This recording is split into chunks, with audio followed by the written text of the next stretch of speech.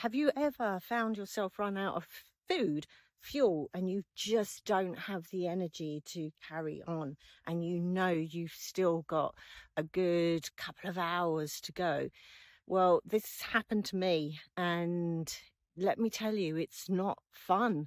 It's quite scary because when you're up in the mountains in the middle of nowhere and you've got no phone signal and you've got no convenience shop to pop into to get a protein bar, yet you have to continue and you've got zero energy.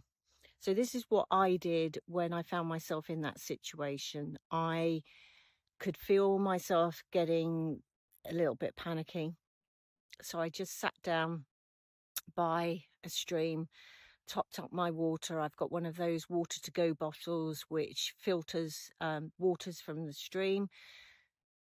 So I just sat down and just allowed my energy to settle, because I hadn't come across anyone hiking that day. So chances of bumping into someone and asking them if they had any spare food was pretty minimal. So once I allowed my energy to settle a bit, I remembered that you can communicate with the physical cells in your body. I'm an energy healer. How did I forget that?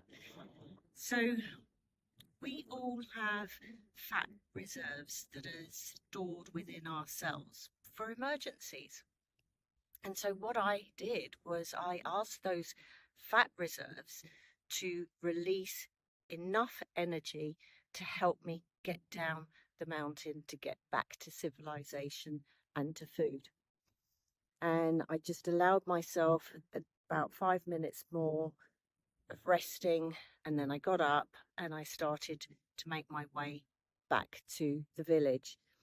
And what I found after 10-20 minutes was that my energy was returning, and I actually ran all the way back to the village without any food, because the fat reserves had released the energy that I needed to get to the bottom.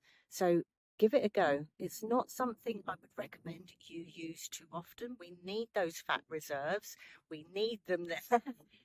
So if we're using them too often, we deplete our fat reserves. We've got nothing to draw on. So there's my top tip. If you run out of food, give it a try. Let me know how you get on.